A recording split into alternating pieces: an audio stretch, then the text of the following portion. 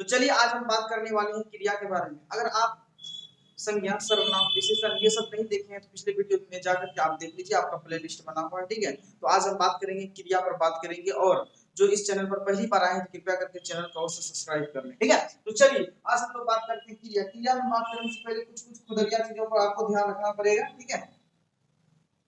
चलिए, क्या खुदरिया चीजों पर ध्यान रखना है, ठीक है। क्रिया, क्या हम लोग बात करते हैं क्रिया, ठीक है। जिससे किसी काम का होना, जिससे किसी काम का होना या करना समझा जाए उसे हम लोग क्या कहते हैं, क्रिया कहते हैं। कहने का मतलब ये है दुनिया में जितना भी काम है, पढ़ना लिखना उठना बैठना खेलना कूदना, जो भी काम है सब आपका क्या है, क्रिया, ठीक है। दुनिया में जो भी काम है सब आपका क्या है, क्रिया है। और उस काम को करने वाला भी तो कोई होना चाहिए, है कि नहीं। और जो करने वाला होता है दरअसल वही क्या कहलाता है, आपका कर्ता कहलाता है। जो करने वाला होता है उसको हम लोग क्या कहते हैं, जो कर्ता कहते हैं। आपको ये भी ध्यान देना होगा, ठीक है। उसके बाद हम लोग बात करते हैं कर्म पर, ठीक है। ये तीन चीजों को ध्यान देना होगा, कर्ता, कर्म और क्रिया। अगर कर्ता, कर्म और क्रिया आपका कंप्लीट है तो आपको दिक्कत नहीं होगा, समझ गए बातों को। इसीलिए तीनों पर आपको विशेष ध्यान देना पड़ेगा, ठीक है। तो चलिए अब हम लोग बात करते हैं यहाँ पर कर्म। कर्म क्या होता है, पहला समझा दिया आपको क्रिया क्या होता है, जिससे किसी काम का होना या करना समझा जाए उसे क्रिया कहते हैं। दूसरा हम चर्चा किए कि कर्ता क्या होता है, ठीक है। कर्ता क्या होता है, तो कर्ता बताया जो वाक्य में काम करता है उसे कर्ता कहते हैं। उसके बाद जो है आपका कर्म पर हम लोग चर्चा करेंगे, ठीक है।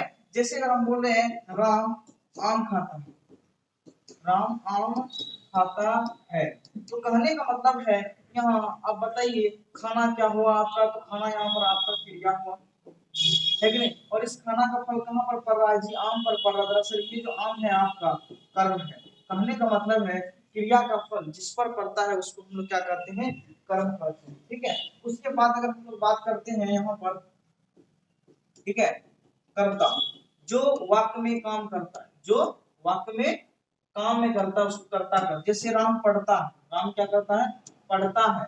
यहाँ पर राम क्या हो गया, आपका कर्ता हो गया, ठीक है। और जो भी काम रहेगा वह क्रिया होगा। जितने भी काम रहेगा, पढ़ना लिखना उठना बैठना खेलना कूदना, सब आपका क्या कहलाएगा, क्रिया कहलाएगा, ठीक है। चलिए नेक्स्ट क्वेश्चन। उसके बाद हम लोग बात करते हैं अब क्रिया के भेद पर। बस ये तीनों बात समझना जरूरी था। अगर ये तीनों बात अगर आप नहीं समझेंगे तो नहीं समझ पाएंगे। अभी हम तीन चीज बताएं आपका, क्या बताएं, क्रिया बताएं, कर्म बताएं और कर्ता बताएं। अगर ये तीनों अगर आप अभी भी नहीं समझे हैं, ठीक है, तो आप क्रिया नहीं समझ पाइएगा, ठीक है। इसीलिए आप समझ गए होंगे, ठीक है। जो वाक्य में काम करता है, जो वाक्य में काम करता है उसको हम लोग कहते हैं कर्ता। क्रिया का फल जिस पर पड़ता है उसको हम लोग कहते हैं कर्म। और जो आपका काम रहता है पढ़ना लिखना उठना बैठना, ये सब आपका क्या कहलाएगा, तो क्रिया कहलाएगा। तो चलिए अब यहाँ पर कर्म के आधार पर क्रिया के कितने प्रकार होते हैं, यहाँ पर आपका दो प्रकार होता है। एक होता है आपका सकर्मक क्रिया, क्या होता है, सकर्मक क्रिया। और दूसरा जो होता है अकर्मक क्रिया होता है। दूसरा अकर्मक क्रिया, एक सकर्मक क्रिया और दूसरा अकर्मक क्रिया, ठीक है। तो यहाँ पर ध्यान देना है सकर्मक क्रिया। सकर्मक क्रिया किसको कहते हैं, दरअसल गौर करना है। सकर्मक क्रिया के बारे में हम लोग जानेंगे, ठीक है। चलिए तो अब सकर्मक क्रिया क्या है, दरअसल गौर करना है, ठीक है। जिस क्रिया में कर्म हो, जिस क्रिया में कर्म हो तो ऐसे क्रिया को हम लोग क्या कहेंगे, सकर्मक क्रिया कहेंगे। और जिस क्रिया में कर्म नहीं है ऐसे क्रिया को हम लोग क्या कहेंगे, अकर्मक क्रिया कहेंगे, है कि नहीं। जिसे आप ध्यान देना है आपको, जैसे अगर हम बोलेंगे राम पढ़ता है, राम पढ़ता है, तो यहाँ पर पढ़ने का फल क्या किस पर पड़ रहा है, किसी पर नहीं पड़ रहा। कहने मतलब कौन पढ़ रहा है, पढ़ने का फल किसी पर पड़ रहा है क्या, ठीक है। पढ़ने का फल किसी पर पड़ रहा है क्या, नहीं पड़ रहा है। तो कहने का मतलब है वो आपका क्या कहलाएगा, वो कहलाएगा आपका, ठीक है। तो वो कहलाएगा आपका जो है अकर्मक क्रिया। वो क्या कहलाएगा, अकर्मक क्रिया कहलाएगा, ठीक है। जरा सा ध्यान देना है। अब हम लोग बात करते हैं सकर्मक क्रिया पर बात करते हैं, ठीक है। जिसमें अगर कर्म होगा, कर्म अगर होगा तो वह सकर्मक, अगर कर्म नहीं होगा तो आपका क्या कहलाएगा, अकर्मक कहलाएगा। जरा सब फिर से समझिएगा, बढ़िया से समझिएगा, ठीक है। जैसे अगर हम लोग बोलते हैं नेक्स्ट पेज में आपको और अच्छा से समझाते हैं, ठीक है। अकर्मक, अकर्मक क्रिया। देखिए अ का मतलब होता है आपका नहीं, और कर्म का मतलब होता है कर्म, कहने का मतलब है, और क्रिया का मतलब क्रिया, जिस क्रिया में कर्म नहीं होता है ऐसे क्रिया को अकर्मक क्रिया कहते हैं। अगर हम बोल रहे हैं राम पढ़ता है, ए जी क्या पढ़ता है, तब पता चल रहा है क्या पढ़ता है, नहीं पता चल रहा है। पता चल रहा है क्या, नहीं पता चल रहा है, इसका मतलब कर्म नहीं है इसमें। अगर कर्म नहीं है तो ऐसी क्रिया को हम लोग सकर्मक क्रिया कहेंगे, और जिस क्रिया में कर्म है ऐसी क्रिया को सकर्मक क्रिया कहेंगे, जिसमें कर्म नहीं है अकर्मक कहेंगे। अगर आप अभी भी कॉपी कलम नहीं लिए हैं तो जल्दी से जाइए और कॉपी कलम लीजिए और इत्मीनान से बैठ जाइए और लिखते चलिए, ठीक है। अगर आप लिखिएगा तभी समझ पाइएगा, अन्यथा नहीं समझ पाइएगा। हम बार बार आपको यही बात बोल रहे हैं, ठीक है। आपको लिखना पड़ेगा। देख रहे हैं कितना गर्मी में, एकदम पूरा भीषण गर्मी में आपका वीडियो बना रहा है, पूरा पसीना से शरीर लथपथ हो जा रहा है कि नहीं। तो चलिए खैर कोई बात नहीं है, ये मेरा मेहनत सफल हो जाएगा, ठीक है। जब आप सीख जाइएगा तभी ये मेरा मेहनत सफल होगा, अन्यथा ये मेरा मेहनत पानी पानी हो जाएगा, ठीक है। तो चलिए अब हम लोग बात करते हैं अगला, सकर्मक क्रिया। अकर्मक क्रिया तो बता दिए थे, अब आपका होता है सकर्मक क्रिया। क्या होगा, सकर्मक क्रिया, जिस क्रिया में आपका कर्म उपस्थित है, जिस क्रिया में कर्म उपस्थित है तो ऐसी क्रिया को हम लोग क्या कहेंगे, सकर्मक क्रिया कहेंगे, ठीक है। जैसे अगर हम बोल रहे हैं राम पत्र लिखता है, राम पत्र लिखता है, राम पत्र लिखता है, तो यहाँ पर आपका राम कर्ता हो गया, पत्र क्या हो गया, कर्म हो गया। कैसे पता चला जी, क्योंकि लिखने का फल किस पर पड़ रहा है, पत्र पर पड़ रहा है, दरअसल क्या है, आपका कर्म है। तो क्रिया का फल, लिखना क्रिया है, क्रिया का फल पत्र पर पड़ रहा है, तो यहाँ पत्र कर्म है। अगर कर्म है तो सकर्मक क्रिया होगा, अगर कर्म नहीं होगा तो वह अकर्मक क्रिया होगा, ठीक है।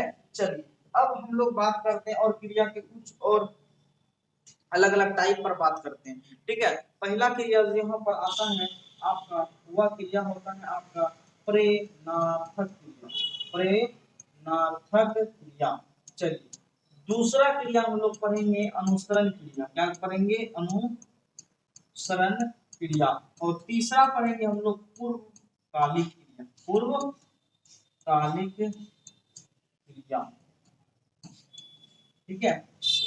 और चौथा पढ़ेंगे नाम बोधक क्रिया पढ़ेंगे। क्या पढ़ेंगे, नाम बोधक क्रिया पढ़ेंगे। ये चारों हमको क्रिया को पढ़ना, ठीक है। तो चलिए पहला होता है आपका क्या, प्रेरणार्थक क्रिया। मतलब वह क्रिया जब कर्ता कोई काम स्वयं नहीं करके किसी दूसरे से करवाता है। जैसे हम मान लीजिए कोई काम हम खुद नहीं कर रहे हैं, अगर दूसरे से करवा रहे हैं तो ऐसी क्रिया को हम लोग कहते हैं प्रेरणार्थक क्रिया। जैसे एग्जाम्पल पर समझिएगा, राम श्याम से पत्र लिखवाता है। क्या राम खुद पत्र लिख रहा है क्या, बोलिए, नहीं लिख रहा। राम श्याम से पत्र लिखवाता है, लिखवाने का काम किससे कर रहे हैं जी, श्याम से करवा रहे हैं, तो ऐसी क्रिया को हम लोग क्या कहेंगे यहाँ पर, तो आपका प्रेरणार्थक क्रिया कर रहे हैं, हम उसको प्रेरणा दे रहे हैं कि बाबू रे लिखो, तो वहां पर लिखवाना कौन सा क्रिया है, प्रेरणार्थक क्रिया। ऐसे वाना लगा रहे तो समझ जाना कि आपको कौन सा क्रिया दिया गया है, प्रेरणार्थक क्रिया ही दिया गया है कि नहीं। कहीं कोई दिक्कत, जब कर्ता स्वयं कोई काम ना करके किसी दूसरे से करवाता है तो ऐसे क्रिया को प्रेरणार्थक क्रिया कहते हैं। दूसरा है आपका अनुसरण क्रिया, वह क्रिया जो ध्वनि के अनुदिश प्रकार करती है, ऐसी क्रिया को अनुसरण क्रिया कहते हैं। ध्वनि के अनुदिश कहने का मतलब पहले उसमें साउंड आना चाहिए। जैसे कुत्ता, तो कुत्ता भौंकना, भौंकना क्रिया है ना, तो पहले उससे क्या करता है, डायरेक्ट भौंकता नहीं है, पहले उसके बाद भौंकना चालू कर देता है। कहने का मतलब है ये ध्वनि के अनुसरण पर कार्य होता है कि नहीं। पहले ध्वनि डेवलप करता है, उसके बाद डायरेक्ट भौंक लेता है, ठीक है। तो कहने का मतलब इस क्रिया का नाम क्या है आपका, अनुसरण क्रिया। क्या है, अनुसरण क्रिया, है कि नहीं, ठीक है। चलिए अगला है यहाँ पर देखिए पूर्वकालिक क्रिया। पूर्व का मतलब ही होता है पहले, ठीक है। तो पूर्वकालिक क्रिया किसे कहते हैं, जब कर्ता एक क्रिया समाप्त करे, पहले कर्ता क्या करेगा, एक क्रिया समाप्त करेगा, क्षण उसी समय दूसरी क्रिया में प्रवृत्त होगा और उससे जो पहले वाली क्रिया होगा, यानी कि जो काम पहले किया होगा, पूर्व का मतलब ही पहले होता है, यहाँ पर आप देख पा रहे हैं, ये पूर्व का मतलब पहले, जो पहले किया है, इस क्रिया का नाम क्या होगा, पूर्वकालिक क्रिया। अभी आपको कुछ समझ में नहीं आया, अब समझ में आएगा, एग्जाम्पल से समझ में आएगा। अच्छा, जैसे अगर बोलेंगे राम नहाकर भोजन किया होगा, तो राम नहाकर भोजन किया, तो पहले नहाया होगा, तो नहाया होगा, पहले नहा करके एक क्रिया समाप्त किया होगा। ये नहीं अब स्नान कर रहा, बाथरूम में कर रहा है खाना ला, ऐसा नहीं होगा। जब तक स्नान करेगा, तौलिया वगैरह बदलेगा, तब ना ये क्रिया पूरा होगा। तब उसके बाद 2-3 घंटा सो जाएगा नहीं, उसी समय बोले नहीं जाके खाना दो। ठीक है, तो कहने का मतलब एक क्रिया समाप्त किया, क्षण, क्षण शब्द जो ये बीच में आता है कि मतलब कि तुरंत कीजिए आप दूसरा काम। तब जो दूसरा काम में जो भिड़े हैं वो काम पूर्वकालिक क्रिया नहीं कहलाएगा, उससे पहले वाला जो काम किए आप वही क्रिया पूर्वकालिक क्रिया कहलाएगा। जैसा कि आपको यहाँ पर इस सेंटेंस में भी दिखाई पड़ रहा है, पूर्वकालिक क्रिया मतलब यहाँ पर कालिक का मतलब काल, काल का मतलब समय, जो काम पहले हो चुका है कि नहीं, जो चीज हम पहले किए हैं तो वो आपका क्या कहलाएगा, पूर्वकालिक क्रिया कहलाएगा, है कि नहीं। जैसे सोहन पढ़कर सोया, तो पहले पढ़ा होगा तभी तो सोया होगा, तो पहले पढ़कर एक काम समाप्त किया होगा, चलो पढ़ उड़ लिया होगा, कॉपी कलम समेट करके उसके बाद तब सोया होगा, है कि नहीं। कुछ जैसे आप बच्चा है कि पढ़ते पढ़ते सो जाता है, वो अलग की बात है, ठीक है। लेकिन वैसा यहाँ पर नहीं पूछेगा सवाल, जब भी पूछेगा तो जब करता एक क्रिया समाप्त कर क्षण उसी समय दूसरी क्रिया में प्रवृत्त हो जाती है, हाँ तो पहले वाली जो क्रिया होगी वो पूर्वकालिक क्रिया होगी। लेकिन हाँ इसके बीच क्षण शब्द आना चाहिए, क्षण का मतलब तुरंत, तुरंत दूसरा क्रिया में फिरना चाहिए, है कि नहीं। नहीं कि 2-3 घंटा बीच में घूम फिर लेगा तब कोई काम करेगा, है कि नहीं। अब अगला है आपका नाम बोधक क्रिया, क्या है आपका नाम बोधक क्रिया, जिसमें आपका जो क्रिया संज्ञा सर्वनाम विशेषण क्रिया से बना है, ऐसे क्रिया को हम लोग क्या कहेंगे, नाम बोधक क्रिया। तो ये आपका चारों टाइप यहाँ पर क्या हो गया है, आपका क्लियर हो गया, ठीक है। अब आता है आपका द्विकर्मक क्रिया, क्या आता है, द्विकर्मक क्रिया, जैसा कि आपको पता होगा। चलिए ठीक है, तो हम लोग क्या बात करेंगे, द्विकर्मक क्रिया पर बात करेंगे, ठीक है। द्विकर्मक क्रिया, ठीक है, द्विकर्मक क्रिया क्या होता है, जो क्रिया, नाम से पता चलता है द्वि, द्वि का मतलब ही होता है आपका, जो कर्म का मतलब ही होता है आपका कर्म, ठीक है।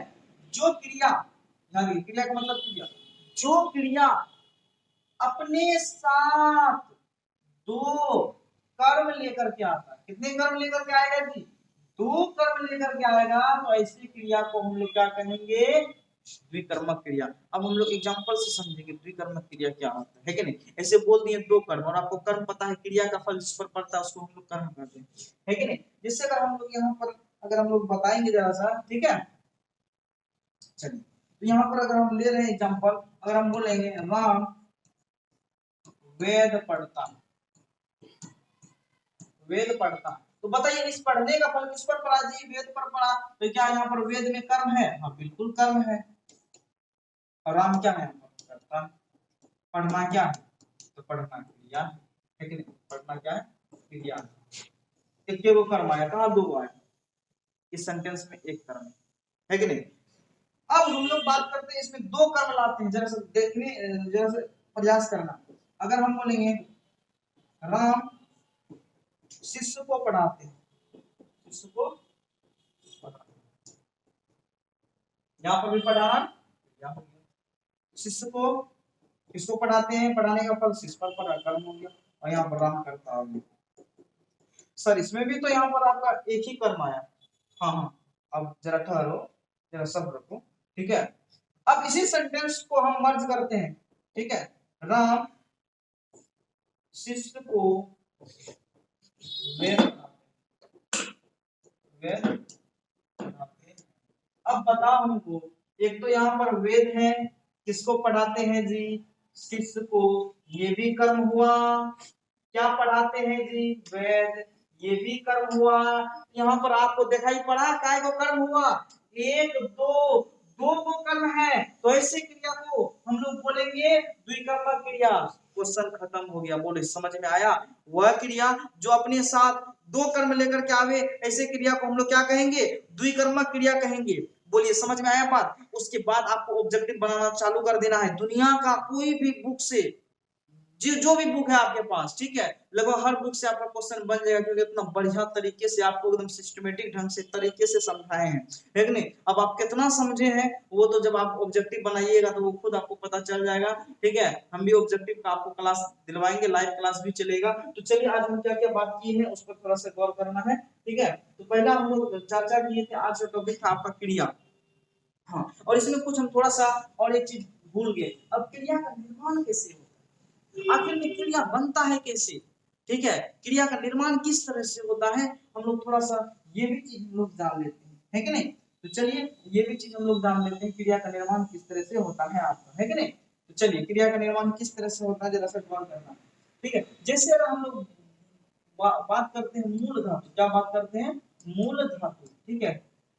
तो क्रिया का मूल रूप, जैसे क्रिया का मूल रूप मान लीजिए पढ़ना है, तो पढ़ना में से मूल धातु आपका क्या है, पढ़ है ना। पढ़ना में मूल धातु क्या है आपका, पढ़ है। अब इस पढ़ में अगर हम लोग ना लगा देते हैं तो क्या बना, पढ़ना। इस हंस में ना लगा देते हैं,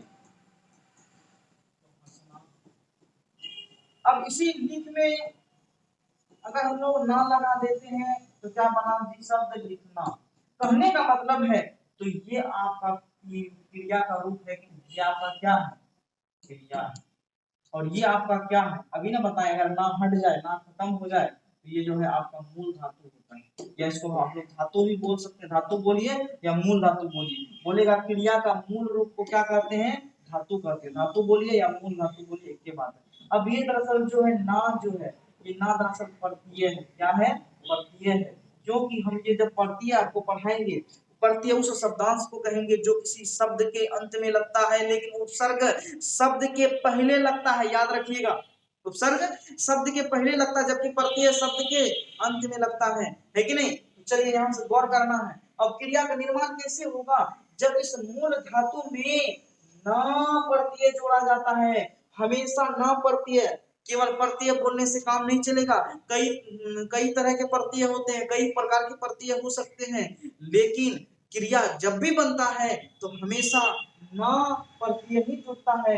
इसीलिए बहुत सारे टीचर का ये कहना है कि जब भी क्रिया का परिभाषा बोला जाता है तो बोल देते हैं कि पर्याय में क्या दिखाई पड़ता है, ना शब्द लगा रहता है। देखो है नहीं, पढ़ना, लिखना, उठना, बैठना, खेलना, कूदना, रोना, धोना, चिकना, पर्याय में क्या लगा हुआ है जी, ना लगा हुआ है ना। तो इसीलिए बोल देता है कि हाँ, जिसके अंत में ला ना लगा है वह क्रिया कहलाता है। लेकिन ऐसा कोई बात नहीं है, बहुत सारे ऐसी चीज हैं, जैसे अगर आपको हम बोल देंगे गाना, दाना, पटना, नाना, ढेरी है, अब ना लगा इसका मतलब ये क्रिया हो गया, नहीं क्रिया, फालतू आदमी बोल देता है, ठीक है।